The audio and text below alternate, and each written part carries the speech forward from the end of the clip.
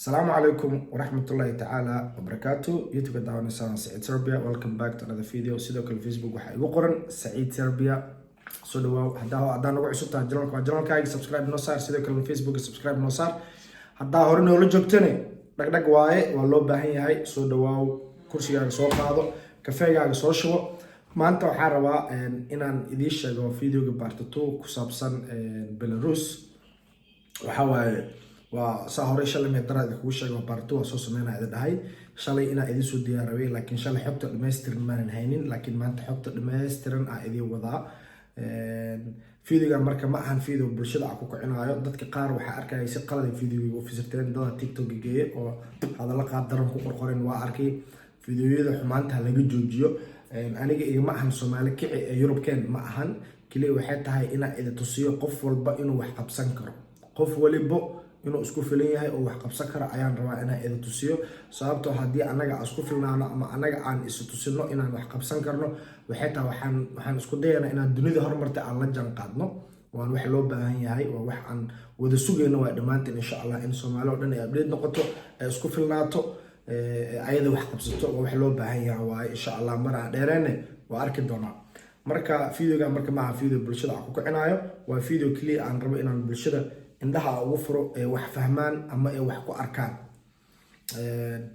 Shalay daraad waxaan ka soo hadlay video ahay Belarus qaabka loo yimaado ama in baasaboorka Soomaaliya lagu tagi karo bila visa, ayadoon wax visa baasaboorka ay sticker lagu dhijinin. dad waxa arkay commentiga dhahayaan bila visa lama tagi karo si wada. waxaa laga yaabaa Soomaalida qaar war adinka wax habsanaha wax aqrinaha iska soo jawaabaysan comment lagu soo fuudaana dhag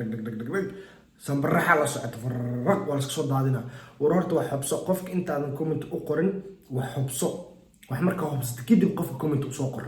like adoon wax xubsanin comment ku soo degdegin. Soomaalida foodkaas way qabtaa, way degdegay ord. Soomaaliya waxa ku imaaday geedkii ord lagu fuulaa, orda loogu soo degaa, orodka iyo foodka dhaafo.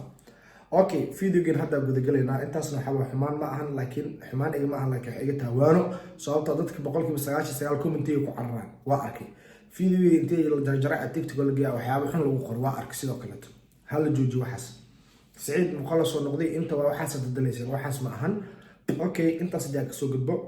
Belarus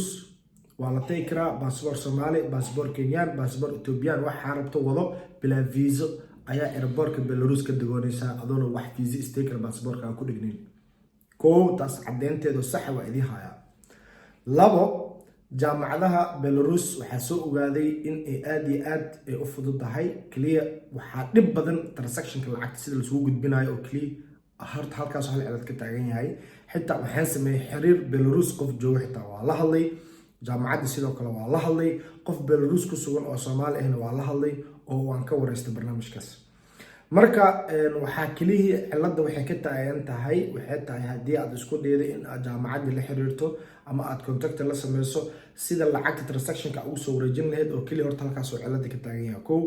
oo jaamacaddii qof Belarus ku joogo inuu lacagta kuu shubo waa qasab. labo waxaa soo ogaaday jaamacadaha in aad iyo aad u fudud yihiin, aysan dhib badneen. dhib badneen. aniga naftarkeyga anoo Serbia ku sugan aan jaamacadda xiriir la sameeyay shalay, waan idin tusaya cadeyntii oo mobilkeyga ayay ku jiraan. ma garateen oo jaamacadda intaan email u diray, qoraalla u diray, wax walbo waa idin tusaya mobilkeyga ayay ku jiraan. waa fahanteen aqoonayna. marka waxaa fudud in jaamacadda admission laga helo. koow labo admissionka qiimihiisu aad u jaban. labo waa admissionka qiimihiisu aad u jaban. saddex in aad si fudud aad Belarus ku tagi karto adigoona dhiibin $8,000, $9,000, $7,000, $6,000. wadanka lacagtaas Soomaaliya u baahan yaa laga bixinin $8,000. Soomaaliya u baahan lacagtaas, waa garateen filan lacagtaas Soomaaliya u baahan yaana Soomaaliya lacagta laga bixinin. labo shan waxaa soo ogaaday Belarus waxaa ka shaqeysto dad oo ajaanib ah ama Afrikaan ha noqoto ama Carab ha noqoto, waxay rabaan ha noqdaano, ayaga wax kala habeeyo. Soomaalida ayaga wax u soo sameeyo admissionadii waxaasna ayaga u diro oo waa idin soo ogaaday. xogta dhameystiran waa idin heli karaa. Soomaalida xaq ku nool ma ahan dad 100% aad iyo aad active u ah ama systemka fahansan, laakiin waxay hoos tagaan Carab ama Afrikaan kale oo update wax fahansan. marka waxaan rabaa marka inaan idiin sheego jaamacaddii aan shal noo soo celiyey barnaamijkeena jaamacaddii aan shal la xiriiray oo aan ogaanaya qiimaheeda iyo waxa la iskaga baahan yahay iyo foomka oo dhammaystiran ayaan idiin wadaa foomka dhammaystiran jaamacadda horta shal aan la xiriiray waatana watas jaamacadda aan shal la xiriiray oo jidina filaya watas ina arki kartiin aan fila screenshot ka qaaday Belarus University waxaan weydiinayay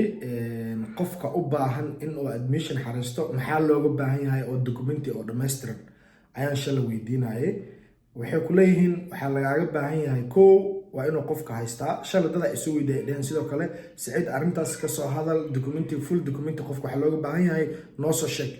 okay hadda idin sheegaya qofka waxaa looga baahan yahay kow passportkiisa inuu valid ahaado waa 6 bilood labo shahaadadiisa ama bachelor ama master degree waxay rabtaa noqoto ayadana sidoo kale waa inay valid noqotaa saddex 6 sawir oo test sare ah ayaa lagaaga baahan yahay 6 photo waa kuwan inta ku qoran yihiin 6 sawira laga rabaa sidoo kale waxaa lagaaga baahan yahay lacagta viga oo ah isoo qabo lacagta visa ah laakiin marka airport ka degato waa taas visa diya qaadanaysaa oo 180 maalmood ah waxaa lagaaga baahan yahay kow shahaadadaada inay valid noqoto baasaboorkaaga 6 sawir oo test sare ah iyo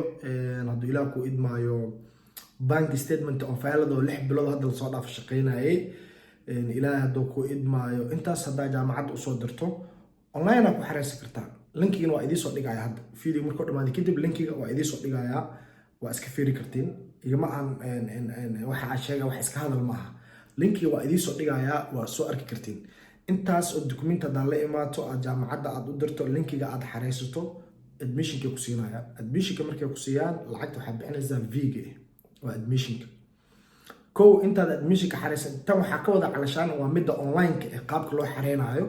wuu jiraa qof kuu soo diri karo way jiri kartaa oo meesha jooga laakiin midaan waa mid online ahaan aad ku xareysanaysa midaan aan shal arkay xiriir aan sameeyo aan dad meesha jooga ala hadlanay si kale igu sheegeen oo ah inuu qofka meesha ku tago waa lidhaay saan waa marka laakiin midaan waxay tusinaysa waxa ogaanaya qaabka online ahaan wax loogu xareysan karo sidii wax loo kala qaadan karo kaleeto documentigaas markaad dirto admissionka ku ogolaanaya admissionka ku ogolaadaan lacagta admissionkaas ka dhibay admissionka ku soo dirayaan admissionka ku soo diraan tigida goosanaysa toos Belarus ka dagoonaysa Belarus da tagtidna visa airport lagaaga dhafana 180 bari visa D Allah waa gartana fila marka intaas waxaa waaye jaamacadda qiimaha admissionka wuxuu u dhaxeeyaa